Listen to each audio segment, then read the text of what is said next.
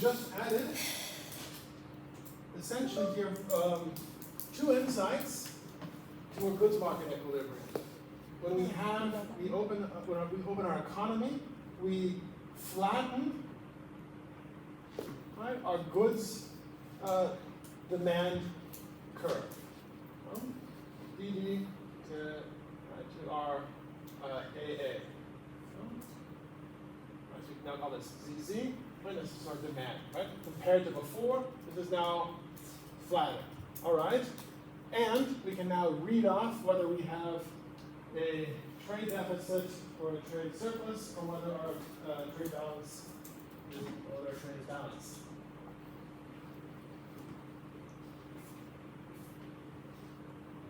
Right, but what we can see is that we can have an equilibrium where we have a trade deficit, we can have an equilibrium where we have a trade surplus, or it can be balanced. Right? In equilibrium, there's no reason for this trade to be one or the other.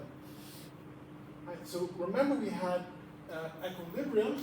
It had to be the case that demand was equal to output was equal to income. Otherwise, right, we saw that at this level of income, people would demand more goods in their income, which would generate more income for other people. I made a good logical, intuitive reasoning for why we must always converge to point A here in equilibrium. We don't have that for why we must converge to Y with balanced trade. There's no reason for that. Okay? So we can have equilibrium where we are running, say, a trade deficit. Okay, now if we have a balanced trade, then we have the same output as in the closed economy. Right? Net exports are zero, so our imports measured in terms of our goods cancel out our exports.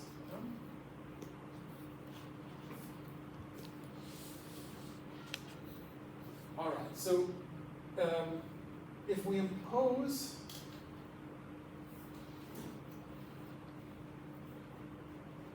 balanced trade, so we want to understand how Y with a trade balance might change, or what might change it. What we find is that because we can define balanced trade, simply as exports being equal to imports, measure our own goods, and imports depend on Y, right? This gives us an equation that implicitly defines Y. Right? So we can write down the equation. Let's see if I have pictures of these. Hồi nãy giờ chưa sao bạn.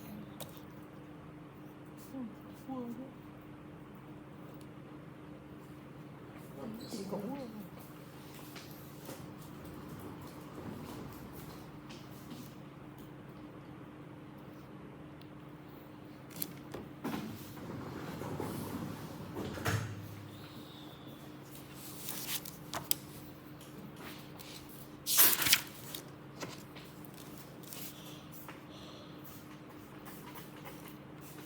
Spraying some gifts onto the board.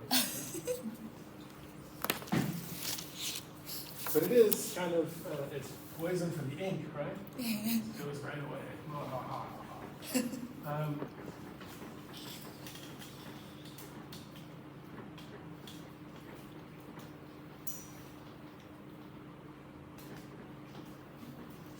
Bị cứng. Bị kèn cái ghế. Alright, so we have the x is equal to IM over epsilon, right? If trade is balanced.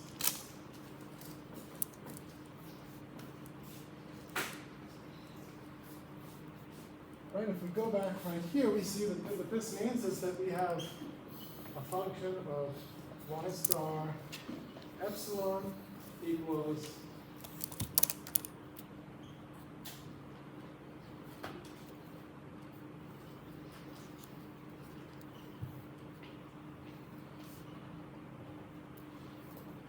so what you should notice here is we have an equation, an equality with two functions that implicitly defines then ytr as some unknown function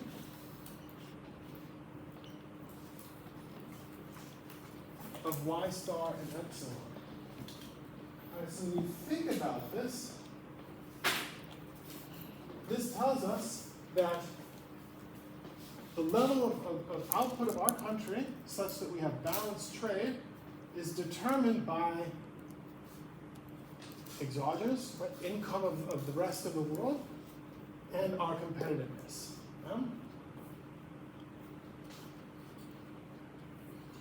Right, so we could imagine a country whose leader is really interested right now in balancing the country's trade, and we can ask ourselves, well, what does this require? Right? I mean, if this means, if we want to increase YTR, right, that's out of control of domestic economy. You can't control the rest of the world's income. Right? So the only variable that you might have an ability to influence is competitiveness. Right? So, right, you might be able to interpret. Do I do it? Why not? Right, so if we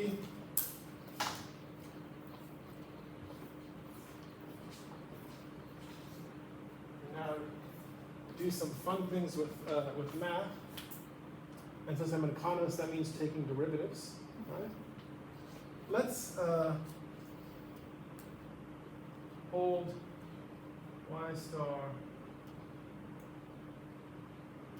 constant and determine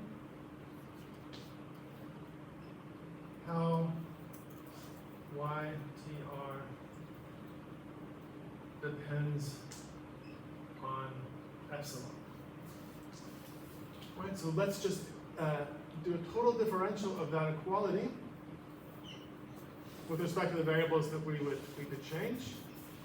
So x, the derivative with respect to epsilon times d epsilon is equal to I m y divided by epsilon plus I m epsilon divided by epsilon minus I m over epsilon squared dy epsilon. And so we can write then dy d epsilon equals x tilde minus x epsilon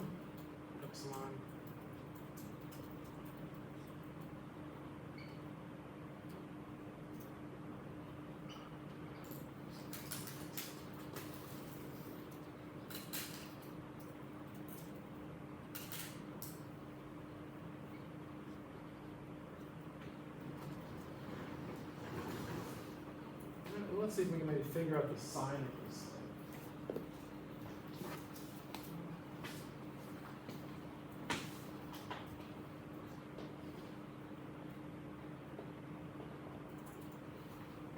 So I have that first term is negative minus some positive term times and I m epsilon is positive minus, then here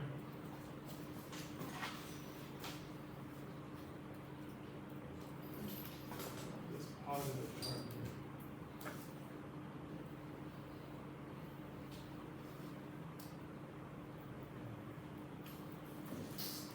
Divided by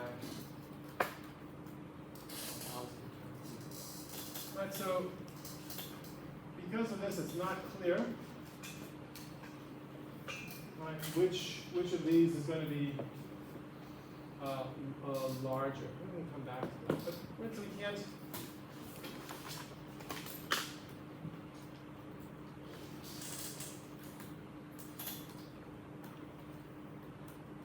Right, we just take here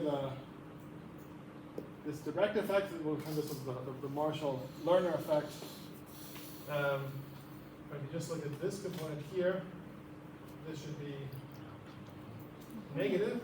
It will tell us that as we increase epsilon, right, so as we increase the real exchange rate, we have a real appreciation in our country, the output that we have at balance trade would go down.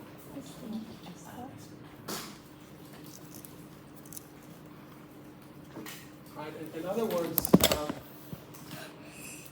if we would get more German goods for our Vietnamese goods, this would tend to increase our imports because we can afford more German goods. This makes our goods more expensive for Germans, so they would tend to buy fewer of our goods. So both of these would tend to increase our trade deficit.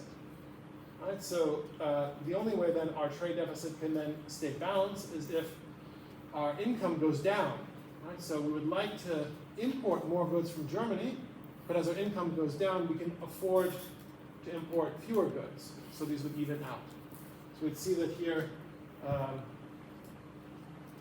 increasing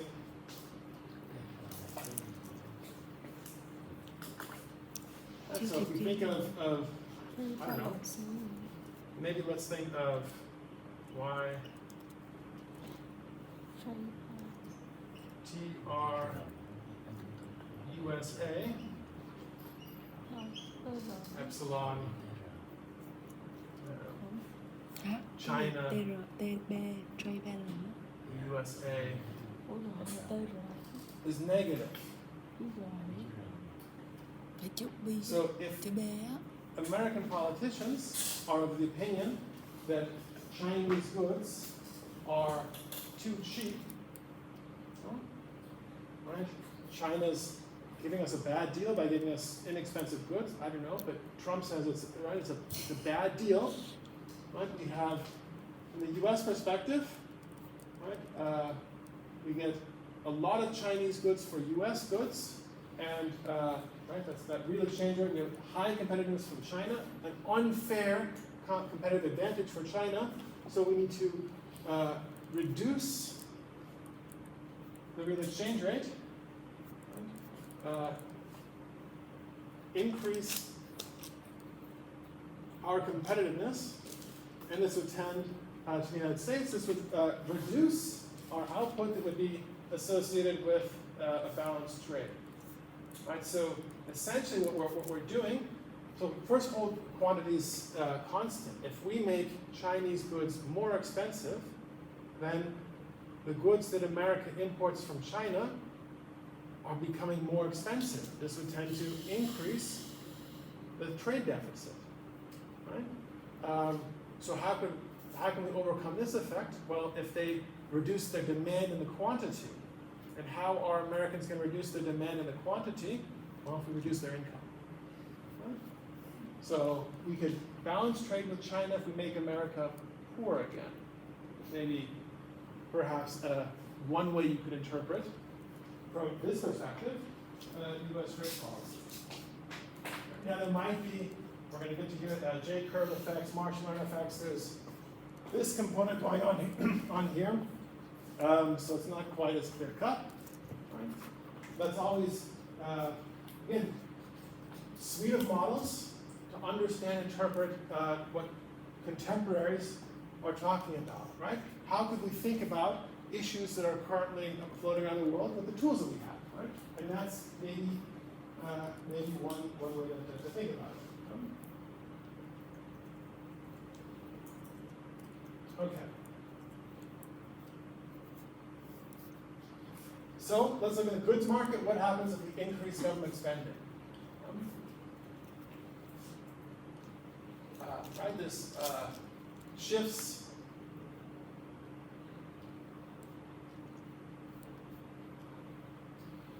our demand up,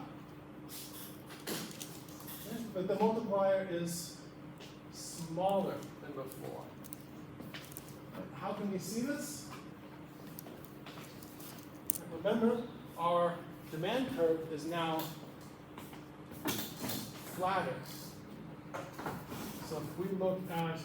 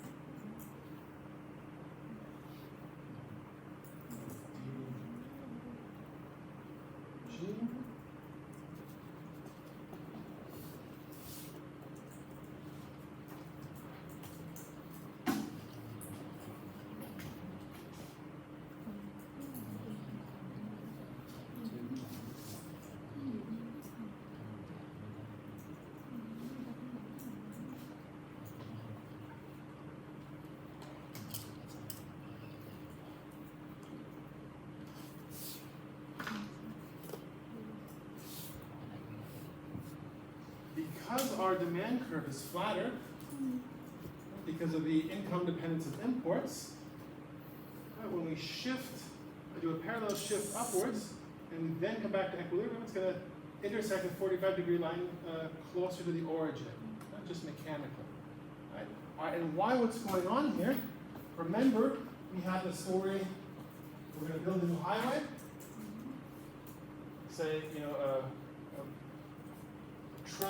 trillion dong to build a new highway. This means more income for the construction workers who build the roads and the asphalt factory owners who produce the asphalt. And they then now have higher incomes, and they turn around and buy more goods. Except now, they don't just buy Vietnamese goods. Only some of their income translates to higher demand for Vietnamese goods. They also spend some of their income on imports. And this money then goes abroad and might increase the income of someone in China or Europe or America, but doesn't increase the income of someone in Vietnam. Only their increased demand that stays in Vietnam increases the income of someone in Vietnam, who then turns around and themselves demand more goods.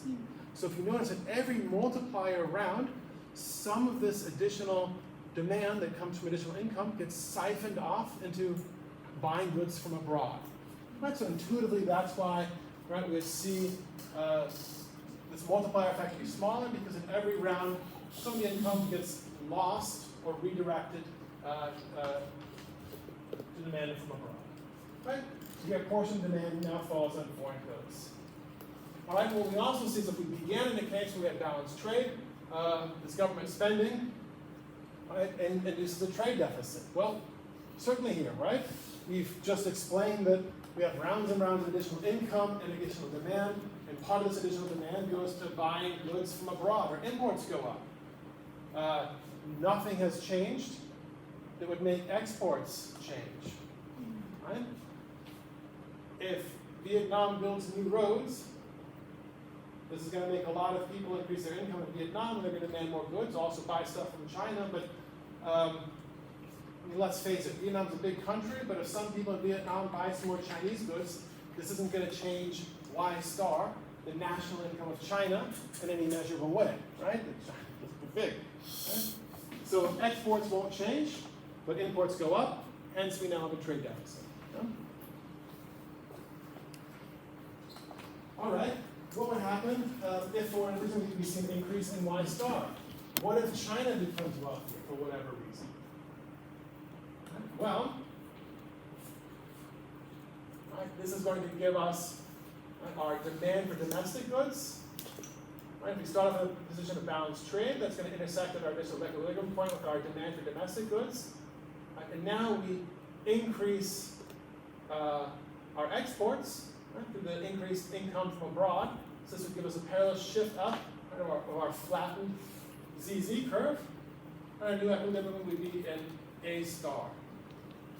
And if we measure this, we can map this down. This difference is all we have mapped over on this side here. Right? Our demand for domestic goods is now higher than our domestic demand for goods, i.e. we have positive net exports.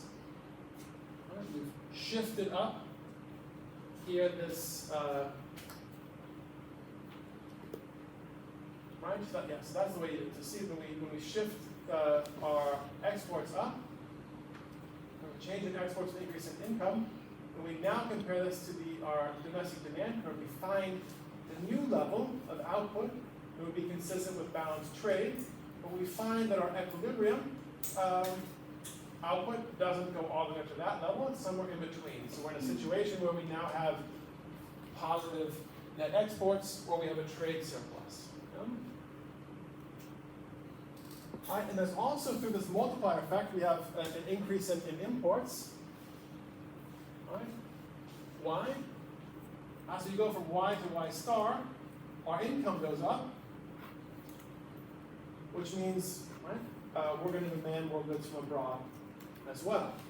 So we see exports go up and imports go up, right? But it's clear here graphically that these effects don't offset the increase in exports. Right? In essence, it's a second round effect. In the denominator, when you dy trade balance over d epsilon, like the denominator like over epsilon, because before that you have over epsilon on the right hand side, the first term of the right hand side. I pulled it out of the parentheses here. But this is just like you pick this to the side, right? No. So I subtracted it. Yeah. Yeah. But it's still like That's it, and that's why I divided through. Oh, there was an epsilon figure set. here again. There's oh, there's an epsilon there. Yeah, no, you're right. I see. Thank you. Yeah, so this gives us then.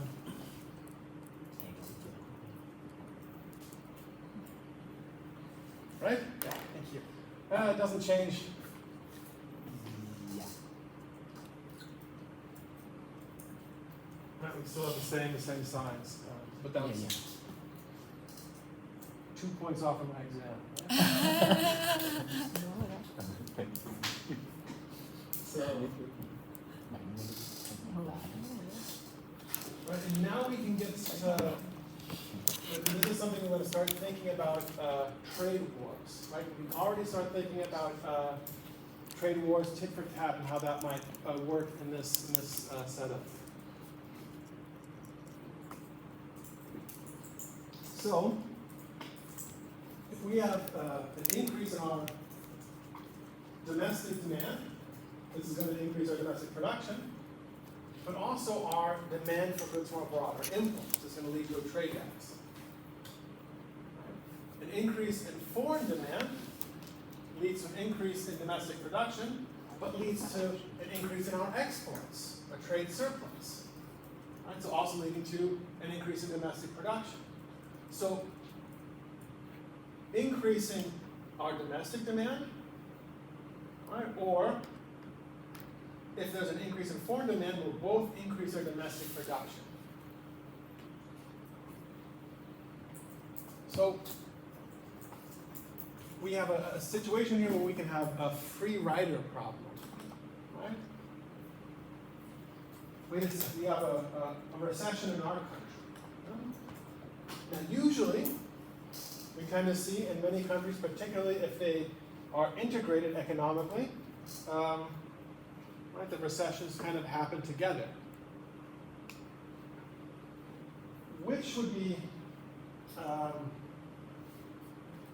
less expensive for a government to increase its own government expenditures, to increase domestic demand, to increase production and support the recession, or to just let the foreign government increase its government expenditures, to increase its demand for goods, also our goods, and increase our production.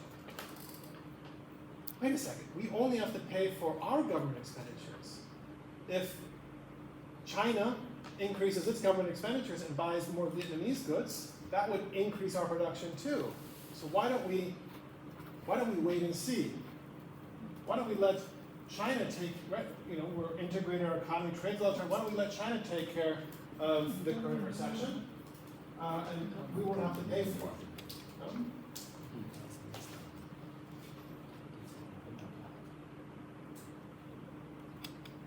So there's a lot of potential for countries to speculate, right, to wait for the effects of other countries doing things to benefit themselves. And historically, that's one of the main reasons why we have organizations like the G8 or G7 and G20 and these things, is to try to implement coordinated macroeconomic policy measures. Look, we're facing a global recession.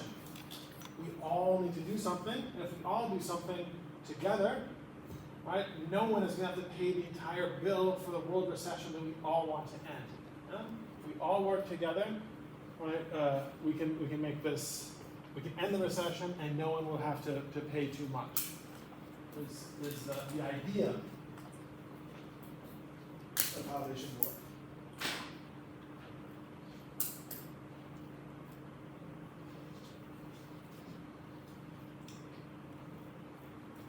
Okay, now we want to start thinking a little bit about the exchange rate. What happens when the exchange rate changes? So the one reason, well, the first reason why I chose this way of writing the exchange rate is that's the version used in the book that I follow for this. So I like the Olivier Blanchard. He's a French economist who was in the United States for a long time, was the chief economist of the IMF. So a real sort of international perspective. But the second reason is that it's easy for me to think of what direction the exchange rate moves when I use the word appreciate or depreciate. Appreciate means go up, which means the exchange rate goes up. Depreciate down means the exchange rate goes down. So those things just move in the same direction. So if I have appreciation, a nominal appreciation, in the ISLM, our Mundell-Fleming model, if we have constant prices, an increase in the nominal exchange rate would lead to an increase in the real exchange rate. Right? So nominal appreciation would lead to a real appreciation.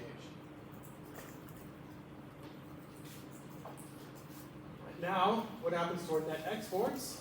If we have an increase in the real exchange rate, our exports fall.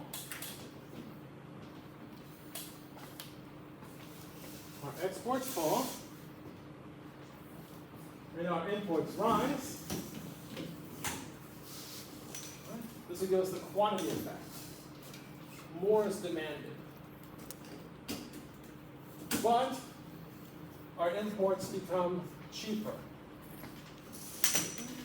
Unless we have this last term here as well. Right, so let's think about this for a second. What this means. So we have a real appreciation. This means we get more German goods for our Vietnamese goods. Fantastic. Let's buy more German goods. Our imports go up. Our Vietnamese goods have then become expensive for the Germans.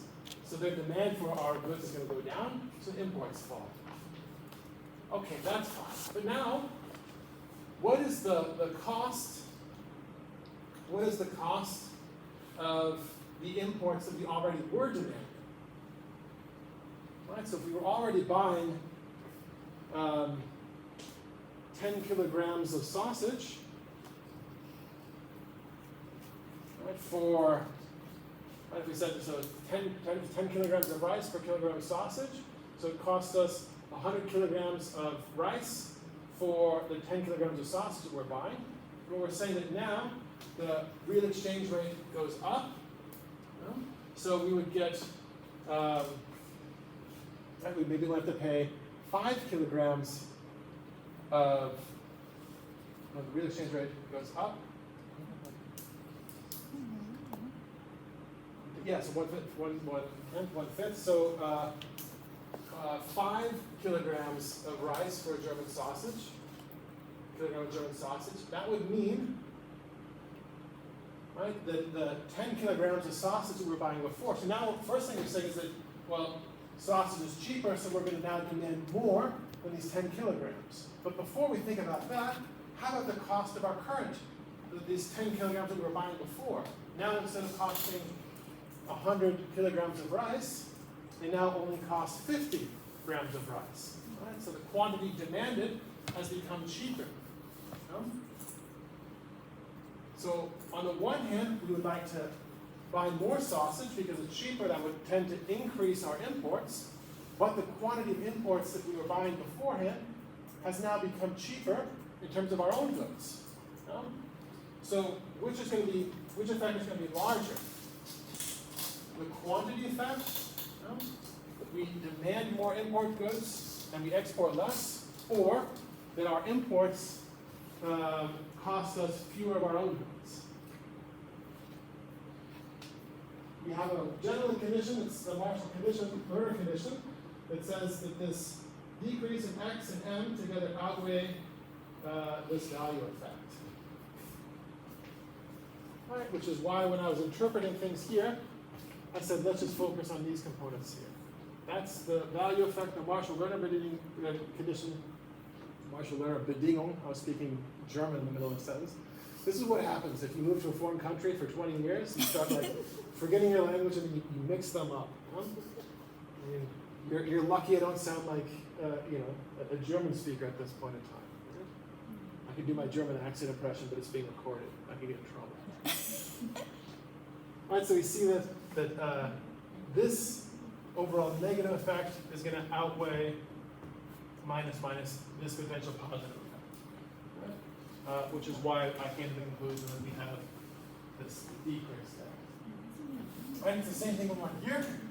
An appreciation is going to lead to a decrease in our net exports. So an appreciation of our currency, a real appreciation is going to lead to a decrease in our net exports. All right, we can start thinking about maybe the condition or the speed at which these things happen, right? It might really be that its value effect is what happens first. Right, so we might see in the short run an increase in the real exchange rate leading to an improvement in the trade balance. Why? The goods that we are producing now to sell for export have probably already been sold. Right? There's a contract. Right? We are going to deliver, X many pallets of this good in 6 months to Shanghai Harbor. That contract has already been signed and set up. Right? So if we have an exchange in the real exchange rate, right? You think that it changed in the nominal exchange rate. So we've got a contract, and we're going to get 20 million renminbi for these pallets. Well, if the exchange rate goes up or down, this is going to mean more or less dong for me, right? So in the short run, if we have a real appreciation, if we have a exchange rate goes up, right, so more euro for the dong or more renminbi for the dong, this would then give us an increase in the trade balance.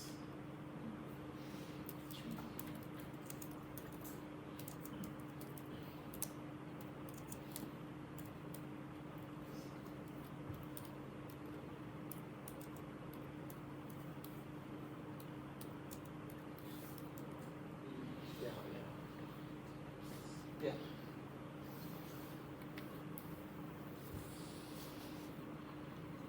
Because epsilon goes up, this whole term goes down, we're subtracting from it.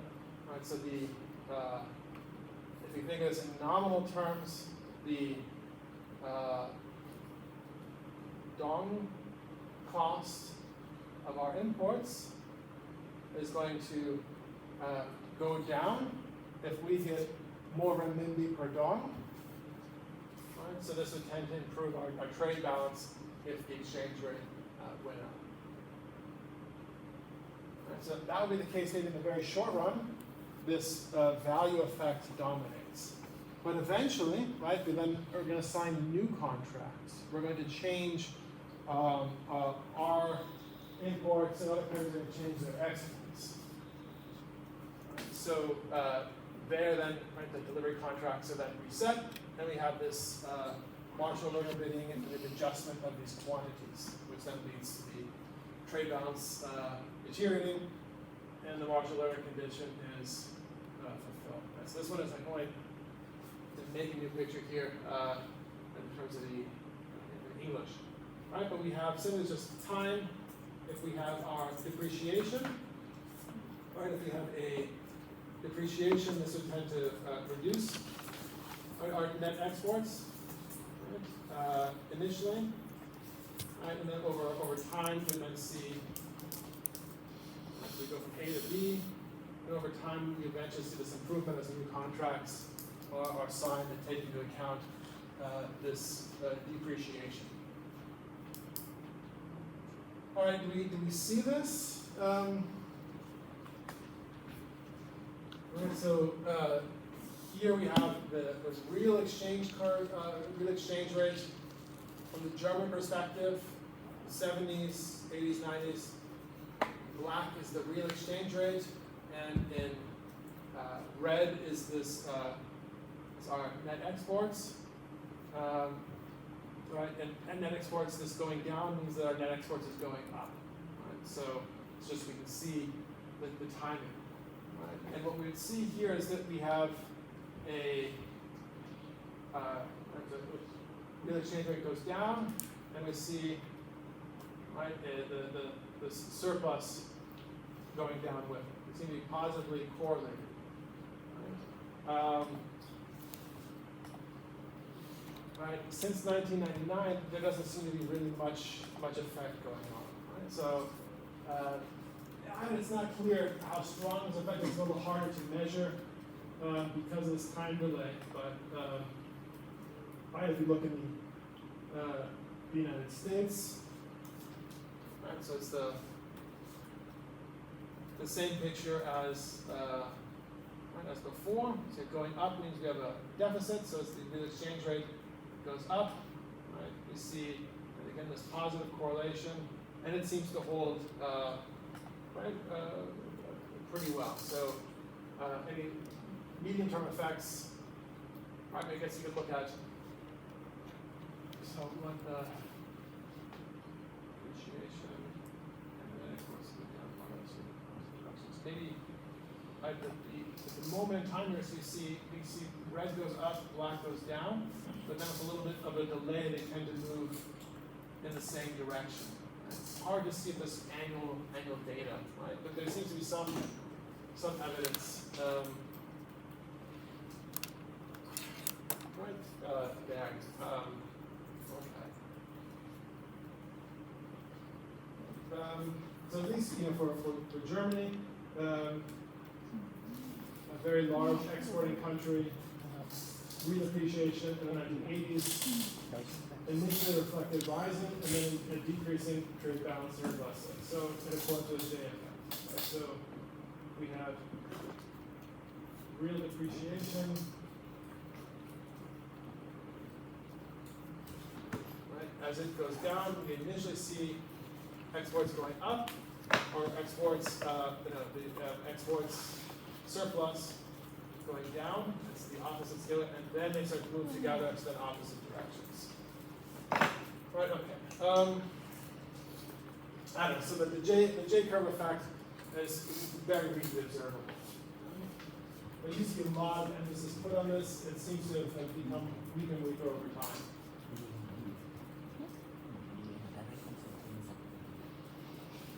And now we have through currency or exchange rates, we have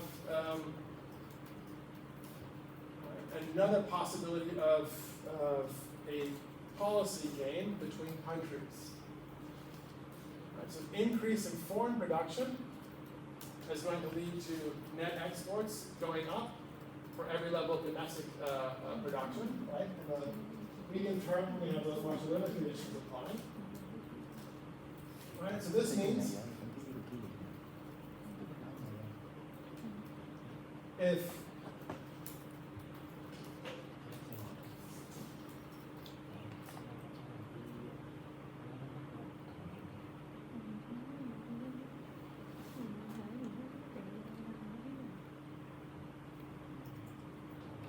a depreciation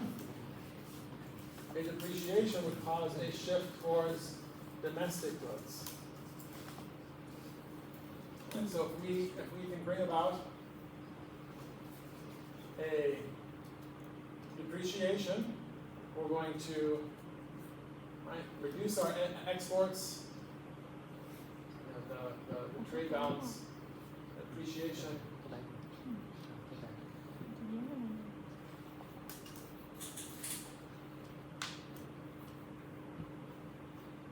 Towards domestic goods, so it's a depreciation, right? Yeah. Then we have a shift towards domestic goods.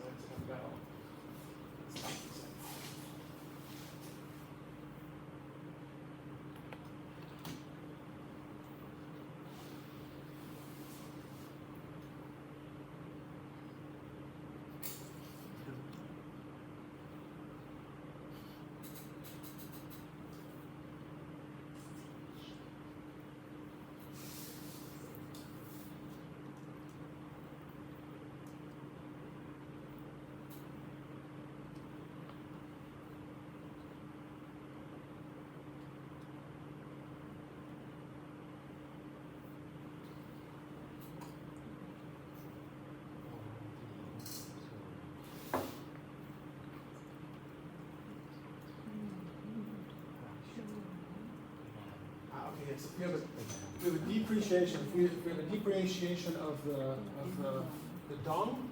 Real depreciation. This means fewer German goods baskets per Vietnamese goods basket, i.e., German goods are more expensive for Vietnamese. We're going to shift our demand away from German goods for foreign goods towards domestic goods. Right?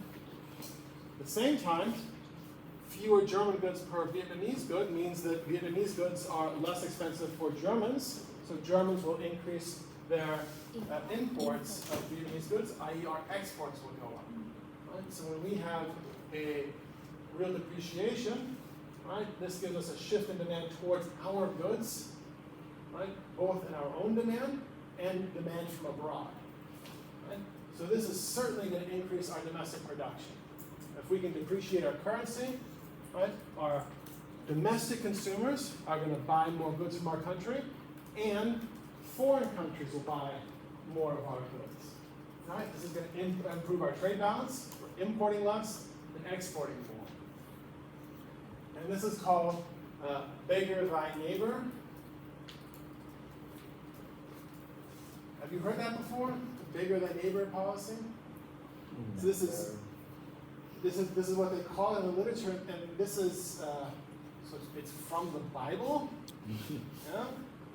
And it's written like in the way the King James Bible. So this is Old English. It means harm your neighbor, hurt your neighbor. Beggar is just an old word for harm or hurt, and thy is just an old pronoun. It's an old version of you or your.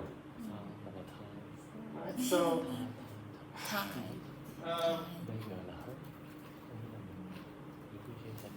Right, so what can we do if our country is then facing, again, if we're facing a recession, we can hope or wait or speculate that our foreign trading partners are also facing recession and their governments support domestic demand, increase government expenditures, because that will increase their demand for all goods, including ours, not just their own, which would help us out of a recession.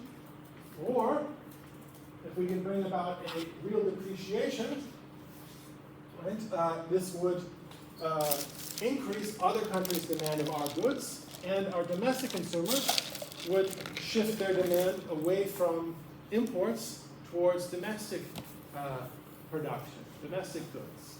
So we can then also shift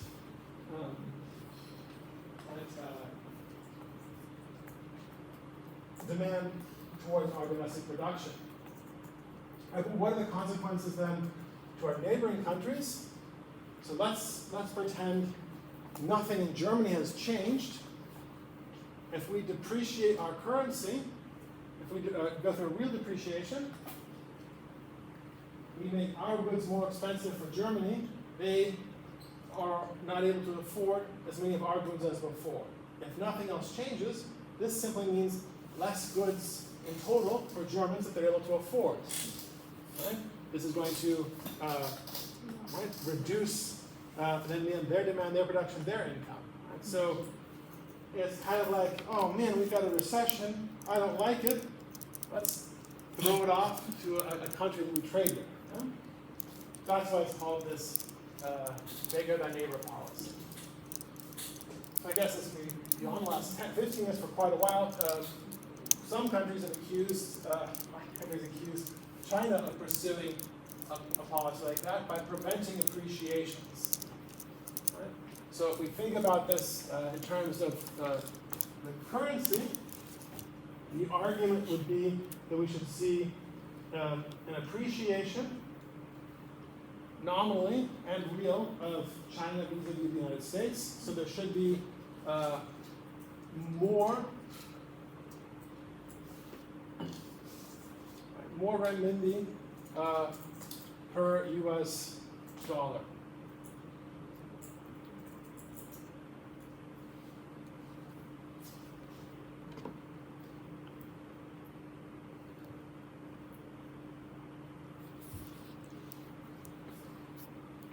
No, so I'm sorry.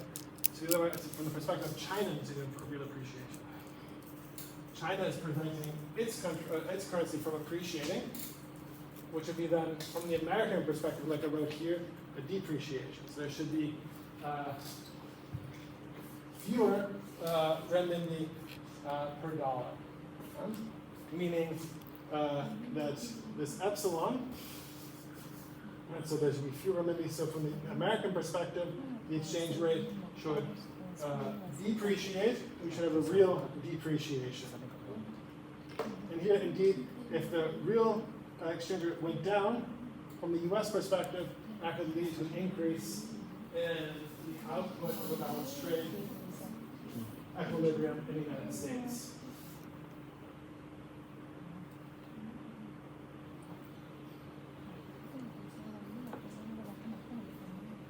Okay, so let's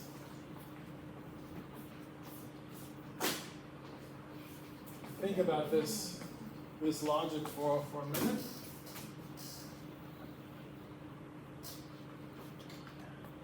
If we look at this from the U.S. perspective, so we have RMB, USD, and we think that this should go down.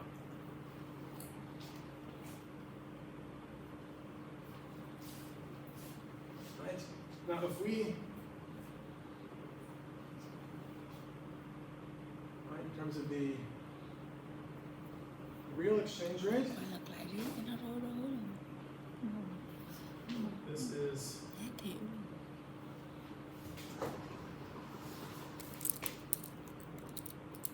Chinese goods or US goods.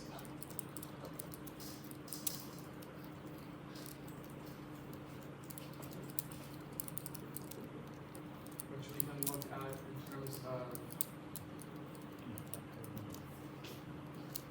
here.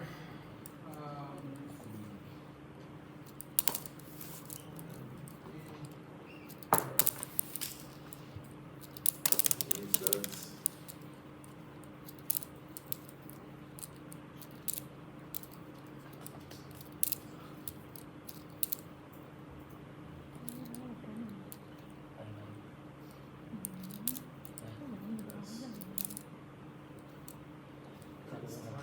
Dạ. Here.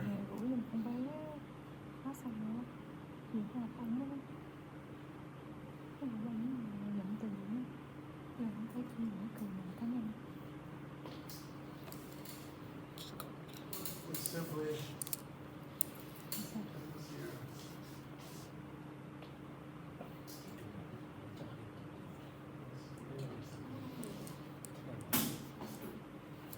Ủa, nhưng mà nếu mà có bạn không biết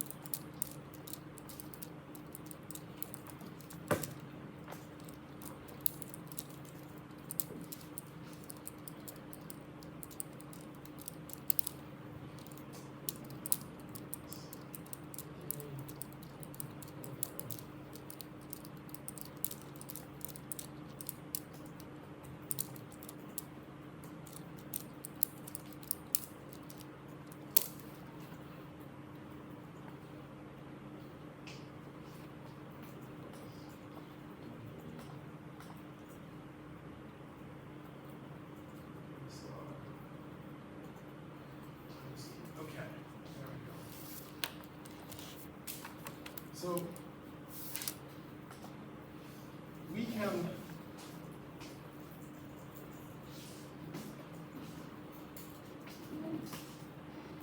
and so let's say this real exchange rate according to Trump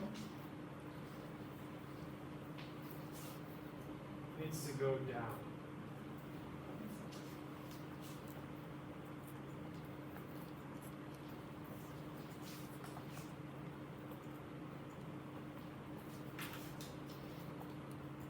And what we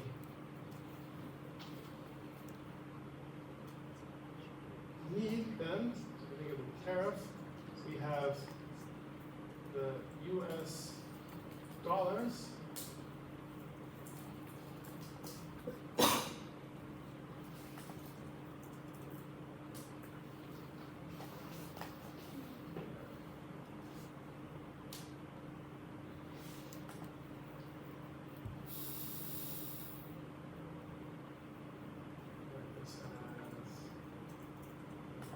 US dollars for US goods. Quantities, we can bring this down here, and we get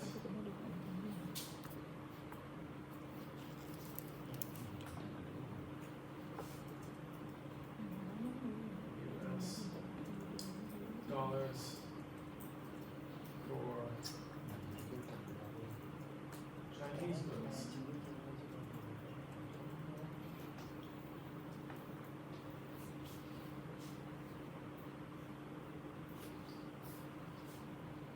If we add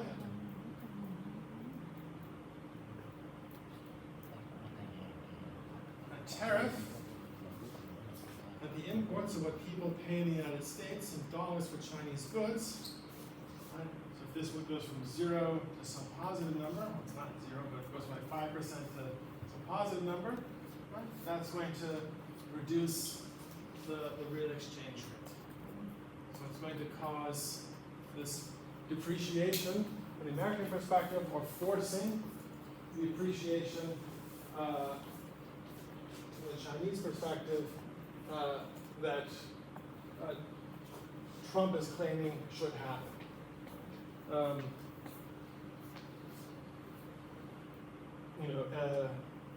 I don't know if anyone, I'm sure there's lots of news here because Vietnam was at first hit with an extremely large tariff. You know?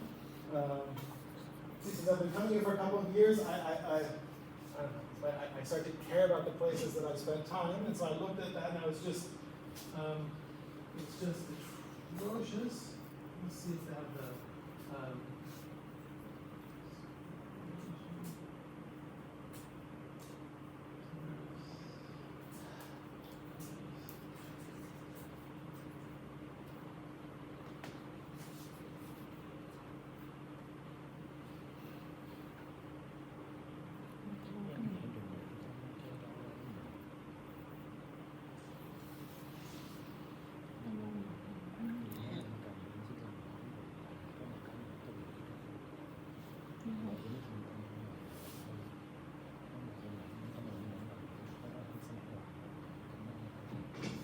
Okay, so this is the official statement, the actual reasoning that the great illustrious economists of the U.S. government used to come up with these reciprocal tariff rates. Have you looked at this? I mean, I'm sure this was discussed in the news here, wasn't it? Right? It was criticized heavily, I'm sure, right, as being unfair, ridiculous, and makes no sense. You were in a position to read this, you know, and to make your own assessment. You know?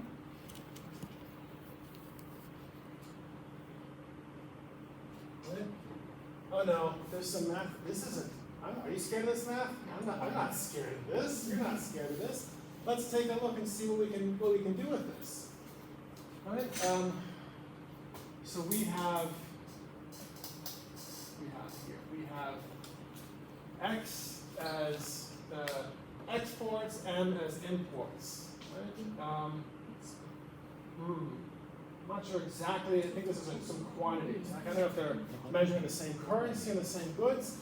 Right? But we have here, right? This trade balance in some sense. Okay, so we have a trade balance, right? So the U.S. exports to a country minus the imports. All right. Now we want the n represent the total imports like x into the relative extent. The decrease in imports due to a change in tariffs is equal to, right, the change in the tariffs times epsilon times phi times the quantity of imports that we have, right? So we have phi and epsilon. Epsilon is the elasticity of imports with respect to import prices, right? So if you think of this elasticity, right, if it's very high, if it's very elastic, then a small change in the price, right? A small change in the imports price would lead to a large change in the imports, right? Okay. I don't know. So what do you think? Let's calculate the elasticity of U.S. imports of the Vietnamese good with respect to the Vietnamese import price. What's the Vietnamese good? Is there one?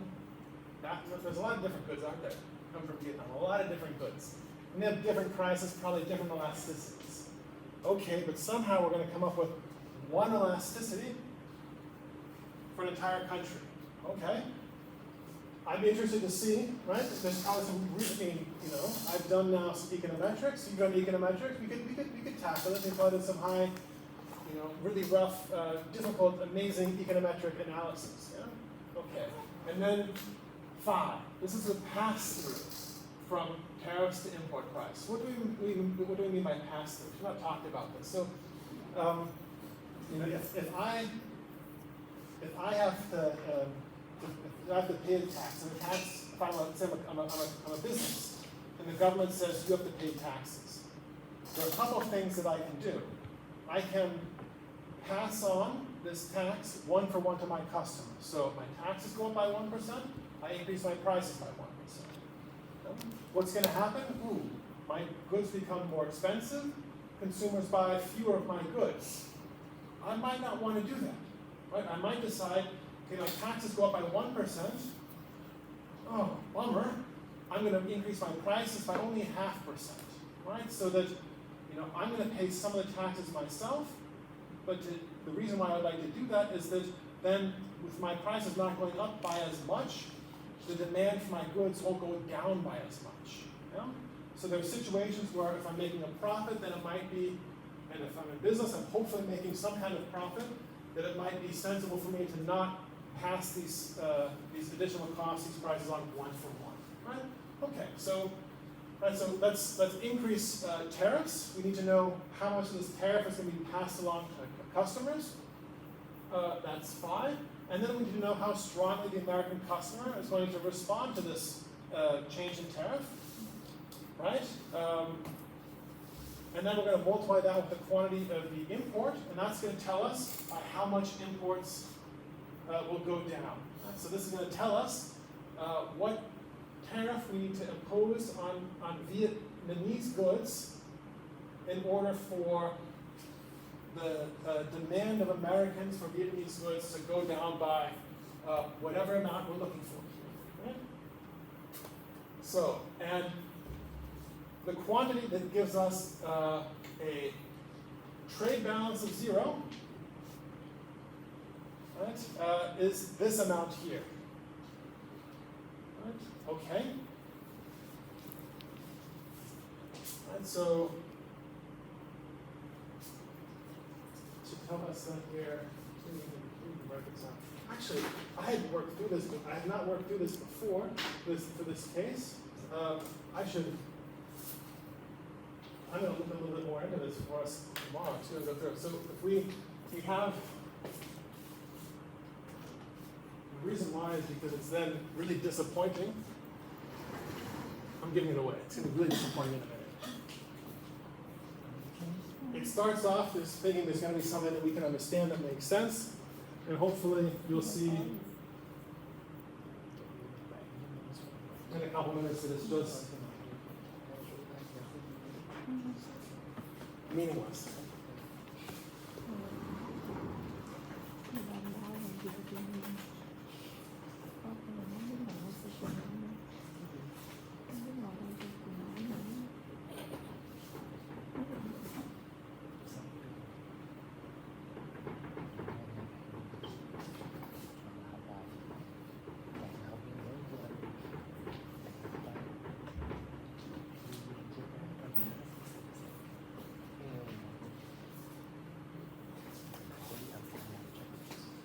So we have some xi minus mi. I guess this is already expressed in terms of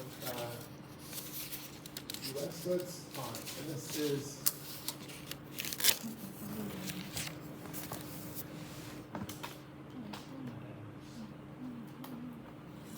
and we want to then subtract then here epsilon times phi mi times increase in tariffs. So we then balance the trade. So xi minus mi times 1 plus epsilon phi delta ti. So the idea of this epsilon here is negative. All right, so essentially we have xi minus plus. We're going to be reducing our imports, right? Because of this, it's a negative elasticity by imposing this tariff.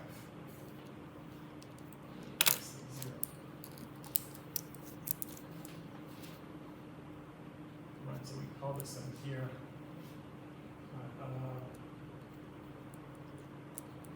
plus I delta I.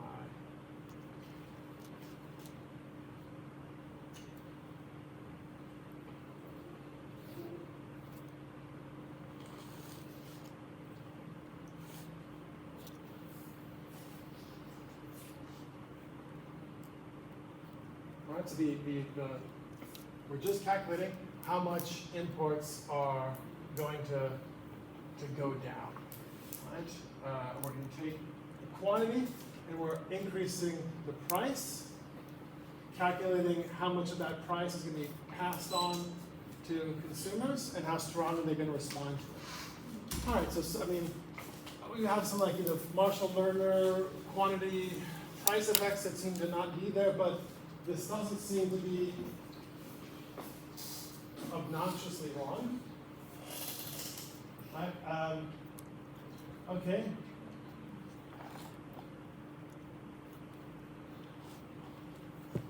Parameter selection. To calculate reciprocal tariffs. Do you know what reciprocal means? Yeah. Right? That's also a very, in my opinion, a very aggressive, nasty word chosen here because it implies that there's already this delta tau e coming from all these other countries.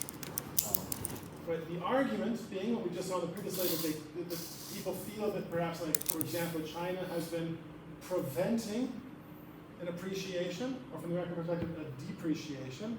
Right? So it's been implicitly imposing a delta t through currency manipulation. I get, but it's not as reciprocal as being set up. Okay, so we need to figure out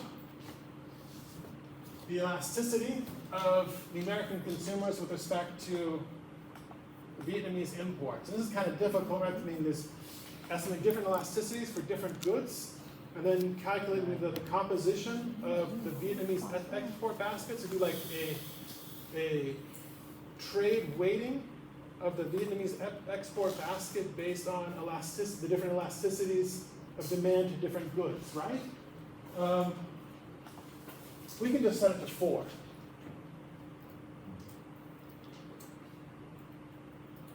Oh. 4. Okay. Why? I'm looking for the econometrics here. And someone. Okay. The price and elasticity of import and demand was set at 4. They meant -4, but so that's even a mistake. They said up above that epsilon was negative, and here they write 4. I mean, all right. Let's. So we're going to grade the exam here. We go straight up. Let epsilon be negative. Let's set epsilon to 4. Okay, that's -2 points in the exam, right? So we're going to set epsilon. I have no idea. Okay. I don't know. This seems to be an important. We don't have. What parameters do we have here? We have exports and imports as they are, and then two parameters, right? Country specific, and we're just going to set this epsilon to 4. So it's the same for every country, and where this number comes from, I have no idea. Right? All right, so they do start talking, okay, they give some recent evidence suggests the elasticity is near 2 in the long run. What for? But estimates of elasticity vary. I bet they do. The different countries, different goods, different compositions. I mean, there's some goods that are very elastic, right? Like, I don't know, shorts. I can buy shorts from different companies, not a big deal. Does anyone like Apple products? If there's something that is an Apple product, it's hard to switch, right? You know? You have different elasticities there. We know this, right? But apparently there's just one elasticity. So some sites find some numbers near 3 to 4. Okay, we're just going to take 4. Okay.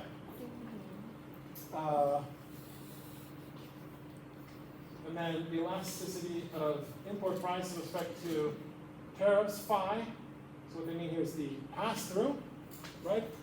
So the importers in America of Vietnamese goods, what's the rate at which they're going to pass on these tariffs to the American customers, right? They're not going to give them on 1 for 1 because, right, they might want to not reduce the demand for their goods by that much.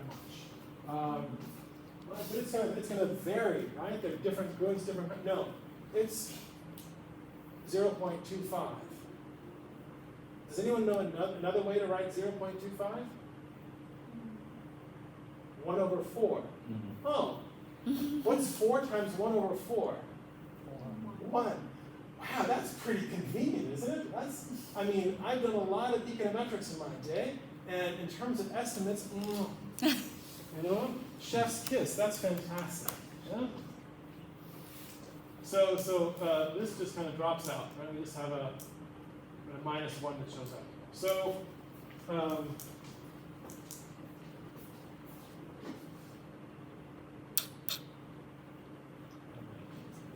so we went from this kind of making sense to now delta tariff I is equal to xi minus mi over minus mi.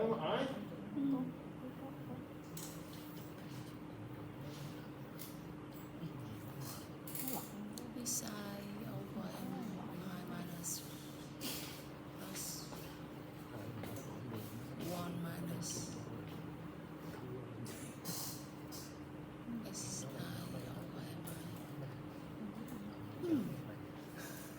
mi. So that's it.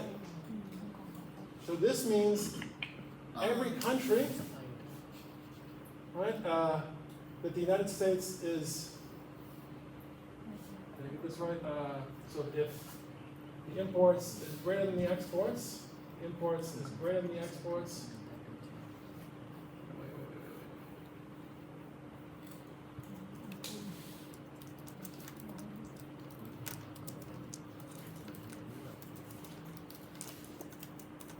negative number, negative is positive, right? Okay, so we've got, this is negative, positive, so we always have mi greater than xi.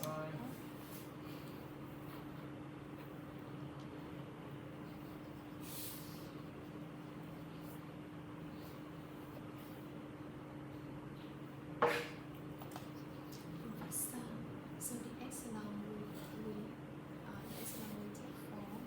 I'm sorry? I mean, the epsilon. Yeah. Yeah, We this call is form. 4, and this is 1/4. Yeah. Cancel out. They So- cancel out. Yeah. But we're just up, that they forgot that there's, it should be a minus for one of them, so it needs to be negative, right? So we have, I'm just trying to dark this out here, minus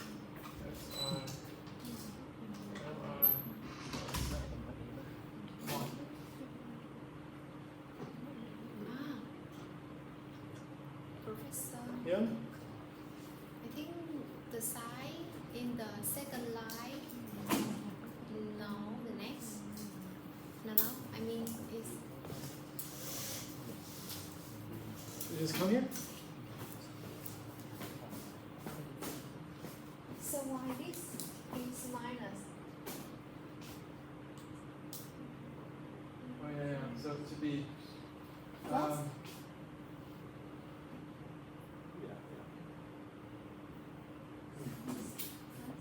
Yeah, but this comes directly from that equation here. And we just have that epsilon is 1/4 and psi is -4. So that's like the minus. But I'm just having a little.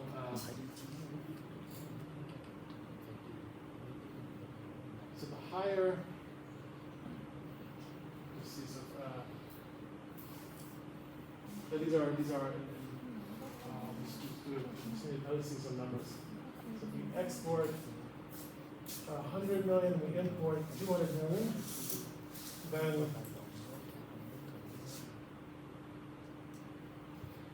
this is going to give us, right then,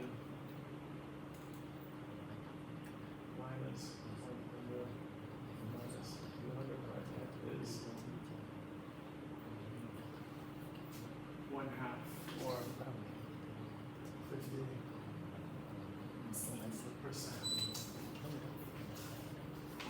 Here I wrote this then, which is equal to minus 100 over 200 plus 1. Yeah, is equal to 1/2 is equal to 50%. Right, and if we exported, right, so there's some weird things going on here. Like, and that's why I always have trouble with this. Like, if you, let's go through some examples. This was here, xi and m. I don't know, let's just call one $100 million, $100 billion or something, right? Goods. Right. What if we have no exports, but 200 million of imports? Right. So the United States exports nothing to your country, but imports something. There's an example of this, like Lesotho is a country in Africa. There are no, we don't, the U.S. doesn't export anything to Lesotho. There's, right? So it's really bad, really bad. Lesotho's been treating us really, really bad. It's a small, tiny, landlocked country in Africa. Like, so this would tell you, when you do the math here, then we get the largest possible tariff, right? 100%. Right, you can't have, right, you can think of an example where you have largest number, it's still going to equal 100%, right? So that's the, now what they didn't do, there are actually some countries, like the United States, has a trade surplus with. Right? This would give you a number of 1. Minus 1.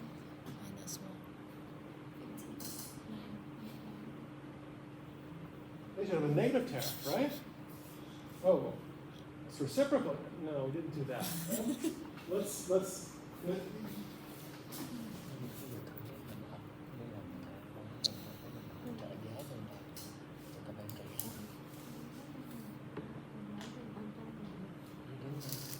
right, so by construction, the highest thing possibility would be 100%, and the left censored at 0. Okay, that's just fancy terms, right? You understand what this means? That means they ignored the reciprocal case where they should be imposing a negative tariff. Yeah? Okay.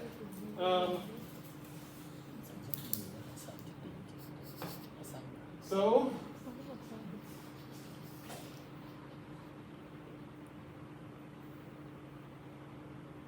that's it.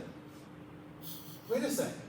We didn't even need like any economics, but we needed just to understand the terminology. There was no model, there was no thought here. We didn't look at how are X and M gonna adjust, how they're gonna react to this tariff.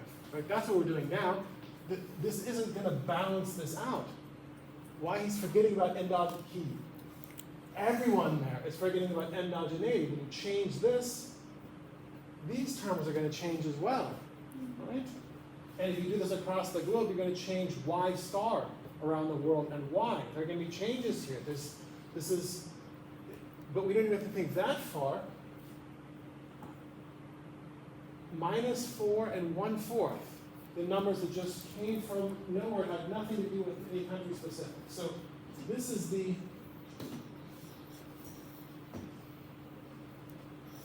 official Office of, the explanation,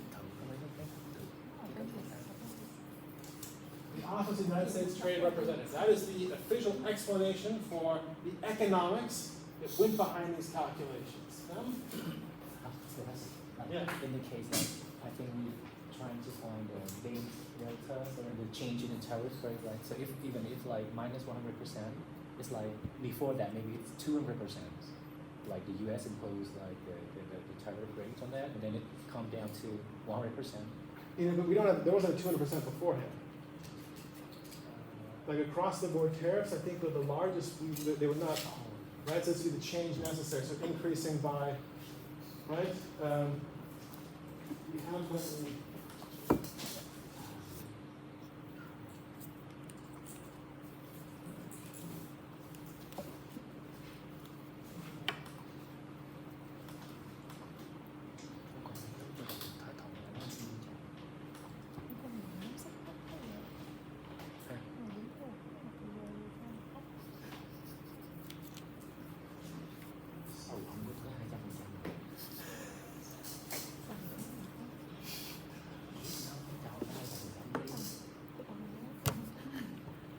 Bây giờ âm 100% mà trước đó là có cái này với 200% đúng không? Bây giờ giảm 100%, cái này nó không có đúng dạng.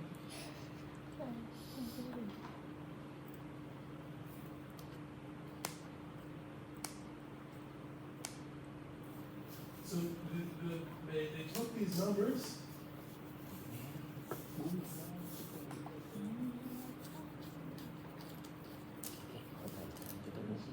And that's what we see for the number that we get out of the calculation, and then Trump was being very kind. It didn't use this number, but used half of that number, if I believe, if I'm correct. Right? So that was the being kind. So this number meant nothing. I don't see what it means. It's just reflecting the current trade deficit, right? And then took that and divided it by 1/2, and that's how we got to these numbers. So there's no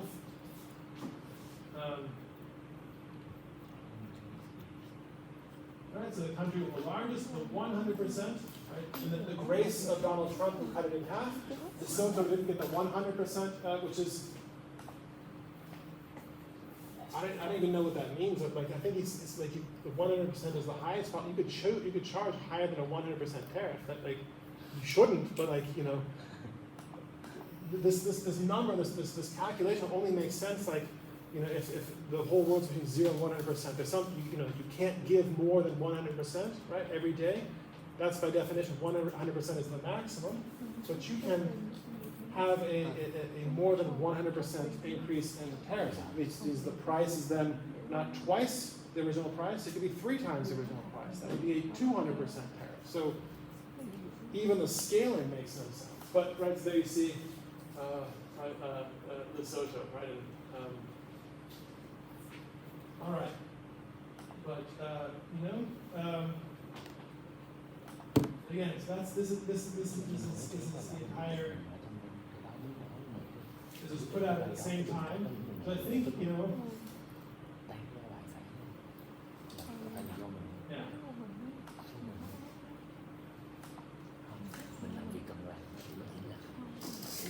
Right, so that's we looked at here at how you could think of a tariff. As increasing or causing from the importing country's perspective the appreciation from the exporting country's perspective or the depreciation from the importing country's perspective that they think is necessary to bring about a more fair trade situation. Right? Okay, but this is kind of questionable.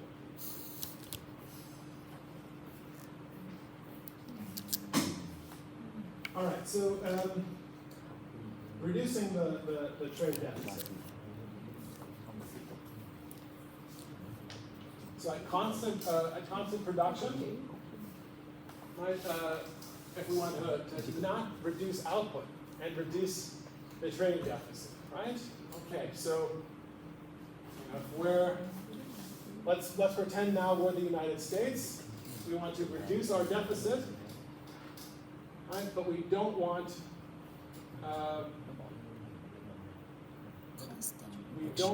to decrease our production.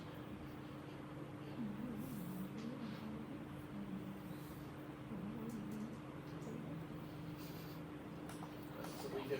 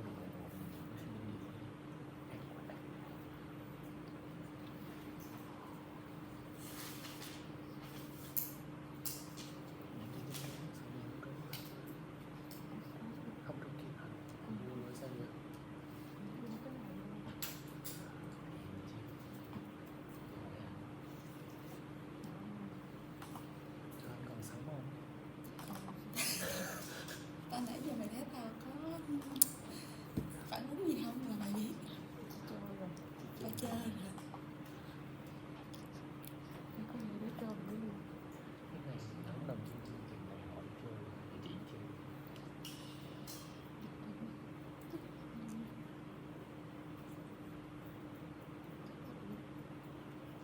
Nhưng cái này đúng hình với là thông số, còn này tấm hình nhìn là đúng hình đâu.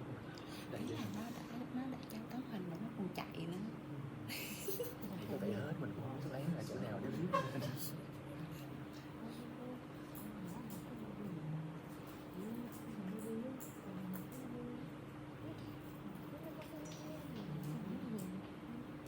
Thì có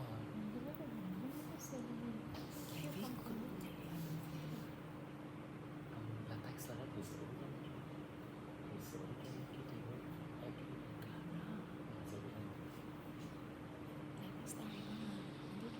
Now, how about we take a 10-minute break? Yeah? Fix the mistake that I found here.